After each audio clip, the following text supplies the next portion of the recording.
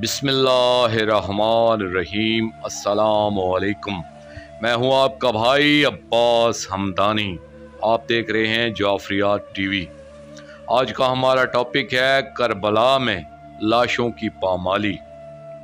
दोस्तों, आज से मैं शाम गरीबा के वाक़यात बयान करने की इब्तदा कर रहा हूँ, यानी शहनशाह करबला अलैहिस्सलातु वस्सलाम की शहादत के फ़ौरन बाद के हालात बयान करने का एक सिलसिला शुरू कर रहा हूँ।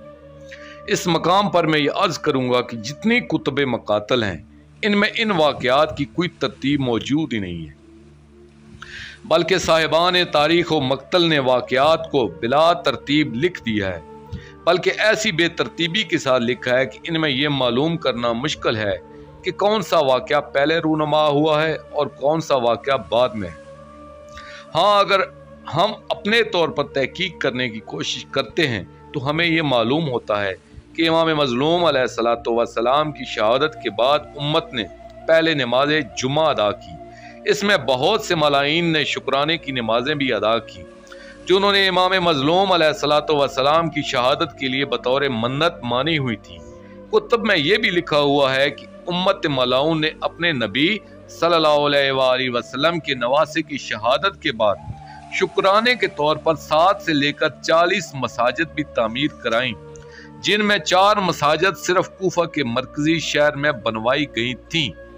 जब उम्मत मलाउन नमाज जुम्मा से फारिग हुई, उम्मत मलाउन में उमर इब्न साद मलाउन ने ऐलान किया कि तुम में से कौन कौन से जवान हैं जो शहनशाह करबला अलैहिस्सलातु वस्सलाम की लाश अतर पर घोड़े दौड़ाना चाहते हैं। इसके इस ऐलान पर 10 हरामजादे अपने अपने घोड़े आगे ले आए। फिर इनके साथ 10 और जालिम भी शामिल हो गए, यानी इनकी कुल तादाद 20 थी। यहाँ तक तो रवायात में कोई इख्तलाफ नहीं है, बल्कि तकरीबन अक्सर मुअर्रिखीन व साहिबान मकातल मुत्तफिक हैं।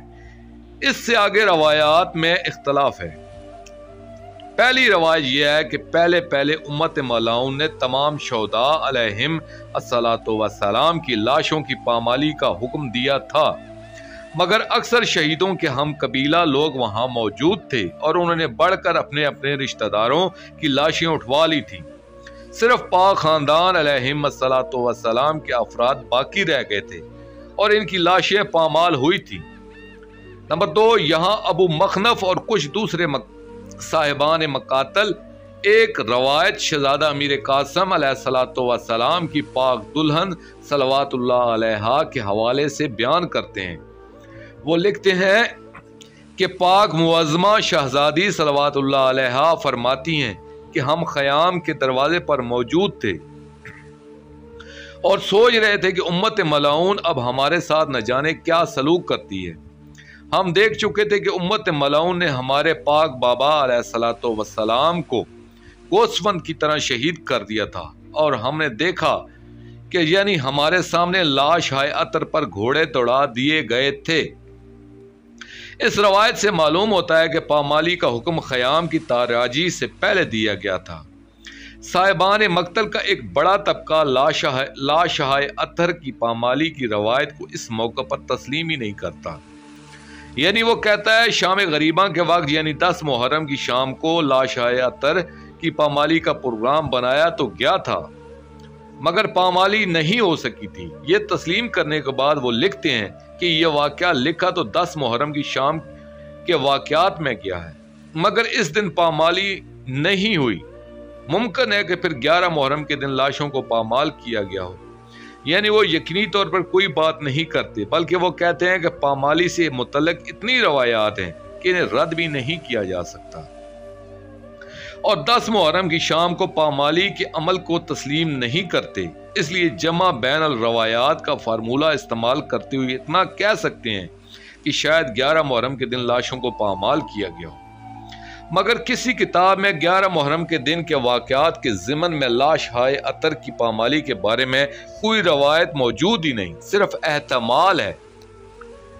जुमला साहिबान मक्तल का इस अमर पर इत्तफाक है कि जिस वक्त उम्मत मलाउन ने पामाली का हुक्म दिया तो इस वक्त किसी कनीज़ ने आकर हरम सरा में ये इतला दी कि उम्मत मलाउन ने लाशाए अतर की बेहुरमती का प्रोग्राम बना लिया है, जनाब फिजा सलामुल्लाह अलैहा से रवायत है कि इस वक्त मैंने देखा कि मलका आलमीन मुअज़्ज़मा आलिया बीबी सलवातुल्लाह अलैहा के रुख अनवर का रंग मुतगय्यर हुआ। इस वक्त उन्होंने आसमान की तरफ निगाह की और फरमाया कि ऐ खालिक आलमीन, उम्मी मलाइन ने हमारे भाई को शहीद किया, फिर इनकी लाश अतर को जमीन पर छोड़ दिया।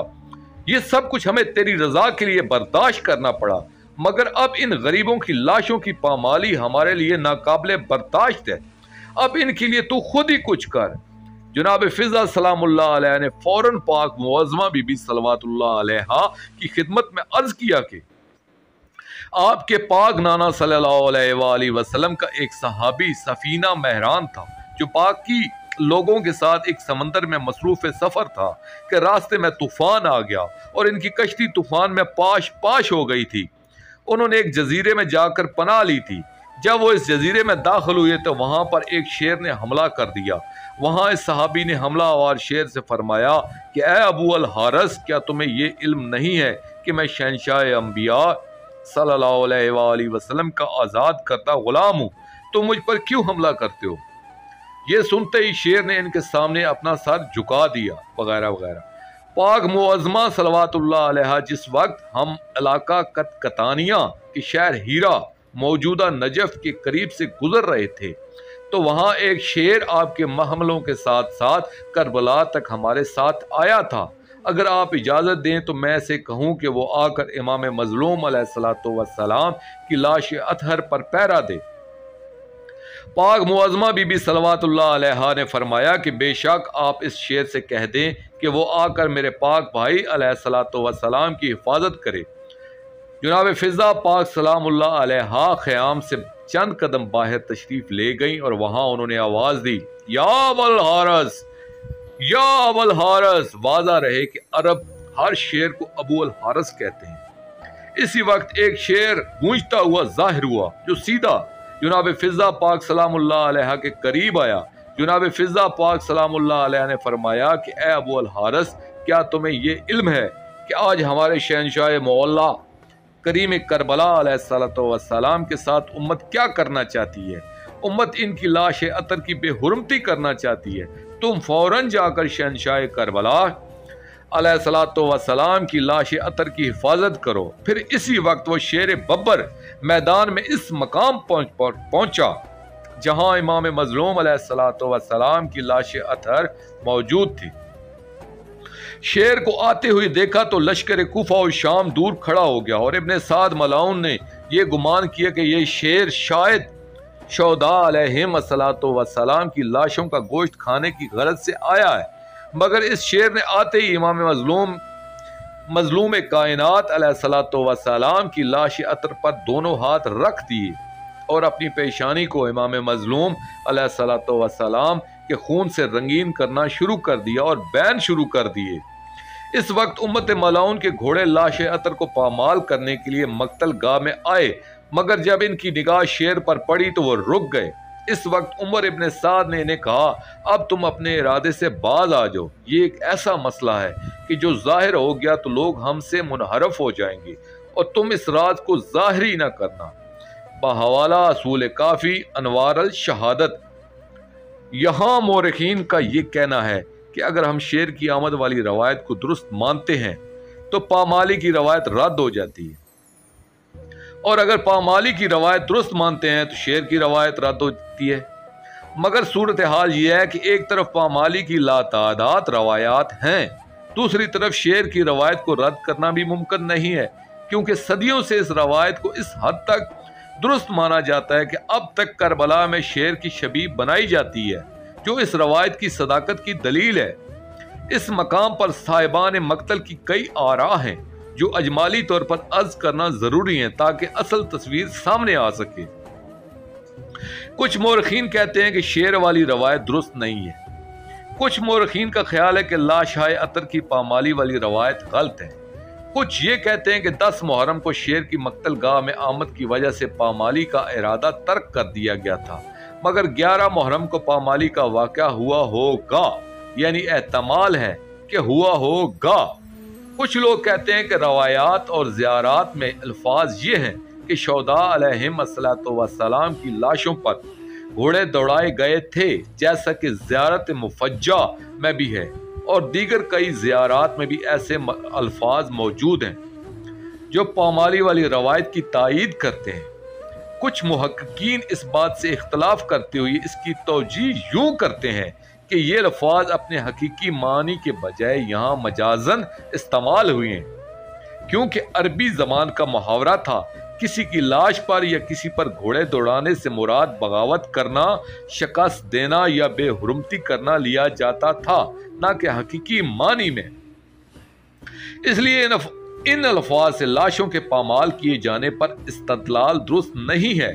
इस दावा की दलील में वो कलाम इलाही की ये आयत लाते हैं कि जिसमें माल फे के बारे में फरमाया गया है कि जिस पर तुमने घोड़े नहीं दौड़ाए इसमें तुम्हारा कोई हिस्सा नहीं, यानी जिसके लिए तुमने कोई जंग नहीं की इसमें तुम्हारा कोई हिस्सा नहीं है। साहिब नासिक अल तारीख की रवायत यही है कि करबला मुअल्ला में शहदाए करबला अलैहिम अस्सलातु वस्सलाम के लाशहाए अतहर को पामाल नहीं किया गया। ये घोड़े दौड़ाना मुहावराती ज़बान का इस्तेमाल है। ये भी एक हकीकत है कि जिन लोगों ने शेर का आकर पामाली से रोकने का वाक़या लिखा है तो वो ये भी लिखते हैं कि वो शेर इस वक्त तक लाशहाए अतर की हिफाजत करता रहा था कि जब तक इन्हें दफन नहीं कर दिया गया, और लाशों की तदफीन 12 मुहर्रम को हुई, लिहाजा पूरे 3 दिन तक शेर ने लाशों के करीब किसी को नहीं आने दिया। साहिब रियाज अल कुद्स का ये कौल है कि वो शेर जो नजफ से साथ हो लिया था वो कोई हकीकी शेर नहीं था, बल्कि वो खुद शेर खुदा अलैहिस्सलातु वस्सलाम थे, जो पाक बेटियों सलवातुल्लाह अलैहिन की हिफाजत के लिए इस शक्ल में ज़ाहिर हुए थे और उन्होंने अपने नूर नज़र को पामाली से बचाया था। इब्ने अदरीस अस्दी से रवायत है कि हम ज़ालिमीन के खौफ से लाशाए अतर की ज़ियारत के लिए ना आ सके। जब 12 मुहर्रम की रात हुई तो मैंने सोचा कि मैं इमाम मज़लूम अलैहिस्सलातु वस्सलाम की ज़ियारत तो कर रहा हूँ। जब मैं मक्तल गाह में पहुंचा तो वहां मुझे मुश्क और अंबर की खुशबू महसूस हुई। मैंने देखा कि कई सितारे आसमान से लाशाए अतर पर गिर रहे थे और फिर वापस जा रहे थे। फिर मैंने इन लाशों के करीब जाकर देखा तो कुछ मस्तूरात इमाम मज़लूम अलैहिस्सलातु वस्सलाम की लाश अतर पर गिरिया और बुका कर रही थी। मैं बहुत देर तक देखता रहा, फिर अचानक एक शेर ज़ाहिर हुआ। इस शेर को देखते ही मस्तूरात के रोने की आवाज़ ज़्यादा बुलंद हुई। मैंने इन मस्तूरात में से एक मस्तूर से पूछा कि आप कौन हैं? इस मस्तूर ने मुझे बताया कि मैं कौम जन्नात की औरतों में से एक औरत हूँ। हम सब इमाम मज़लूम अलैहिस्सलातु वस्सलाम की लाश अतर पर मातम करने के लिए आई हैं। फिर इस औरत ने मुझसे पूछा, क्या तुम इस पाक शेर से वाकिफ हो? मैंने कहा कि नहीं, मैं नहीं जानता। इस मस्तूर ने बताया कि ये शहंशाह अमीर कायनात अलैहिस्सलातु वस्सलाम है, जो अपने लख्त जिगर अलैहिस्सलातु वस्सलाम पर गिरिया फरमाने के लिए तशरीफ लाए हैं। इन रवायत से पता चलता है कि 12 मुहर्रम तक लाशाए अतर की शेर या खुद अमीर कायनात अलैहिस्सलातु वस्सलाम हिफाजत करते रहे थे। अब इन रवायत से इतना तो आसानी से समझा जा सकता है कि लाशाए अतर की बेहुरमती वाली रवायत को हतमी तौर पर दुरुस्त नहीं कहा जा सकता। मैं इस पर जमाल मलौन के वाक़े के ज़िमन में मज़ीद गुफ्तगू करूँगा, क्योंकि अब्बासी दौर में मक्तल की जो किताबें लिखवाई गईं ये रवायत भी इन्हीं का एक हिस्सा है। यहाँ कुछ लोग ये कहते हैं कि ज़ियारत नैया मुक़द्दसा में भी तो ये मज़मून मौजूद है। इसका जवाब यह है कि ज़ियारत नैया के बारे में है कि जनाब इल्मुल हुदा ने शहंशाह मुअज़्ज़म इमाम ज़माना अजलल्लाहु फ़रज शरीफ को ये ज़ियारत पढ़ते हुए सुना था, इसलिए उन्होंने इसे नकल किया है। मगर इतनी तवील ज़ियारत को कुली अल्फाज के साथ याद रखना भी तो एक मसला है। इसलिए मेरा ज़ाती ख्याल यह है कि जनाब इल्मुल हुदा ने ज़ियारत नैया मुक़द्दसा का फ़कत मफ़हूम ही नकल किया है, ना कि मुकम्मल अल्फाज नकल किए हैं। और वो मकामात जहाँ तौहीन का कोई मामूली सा शायबा भी सामने आता हो, वहाँ हम पर वाजिब हो जाता है कि हम इन फिक्रों की तावील करने की पूरी कोशिश करें। अगर कोई तावील ना हो सके तो फिर इन फिक्रों को रद्द करना वाजिब है, क्योंकि पाक खानदान अलैहिम अस्सलातु वस्सलाम की अजमत पर हजारों दुआएं कुर्बान की जा सकती हैं। हम ये भी तो सोच सकते हैं कि जनाब इल्मुल हुदा को जो बातें याद ना रही हों انہوں نے دوبارہ کتب مقاتل کو دیکھ کر اس میں شامل کی ہوں۔ کچھ علماء کرام تو یہ کہتے ہیں کہ زیارت نعیہ خود شہنشاہ زمانہ اجر اللہ فرج شریف کی زیارت ہے ہی نہیں، مگر یہ بھی ایک جارحانہ سوچ ہے، اس لیے نہ تو اس زیارت کا انکار کرنا چاہیے اور نہ ہی اس کے توہین امیز فکروں کو درست مانا جا سکتا ہے۔ اب درمیانہ راستہ یہ ہے کہ جو فکرہ پاک گھر کی عظمت کے منافی نہ ہو اسے قبول کرنا چاہیے، اور جو توہین امیز حصہ ہو اسے راوی یا ناقل کا اشتباہ سمجھنا چاہیے۔ اس سے راوی یا ناقل کی عزت پر کوئی حرف نہیں آتا اور انسان توہین جیسے ظلم عظیم سے محفوظ بھی رہ سکتا ہے۔ یہاں یہ نہیں سمجھنا چاہیے کہ ان توہین امیز روایات سے انکار کرنا خدا نخواستہ علماء اعلام روایات یا حدیث کی توہین ہے، بلکہ یہ بھی ایک حقیقت ہے کہ ان راویان اور ناقلین سے لے کر ہم تک آتے آتے یہ روایات اور مواد ہزاروں ہاتھوں اور ہزاروں ذہنوں کی بھٹیوں سے گزرے ہیں، اور ان ہزاروں لوگوں میں سے کسی ایک کی ذرا سی غفلت بھی معنی اور مقصد کو بدلنے کے لیے کافی سے بھی زیادہ ہے۔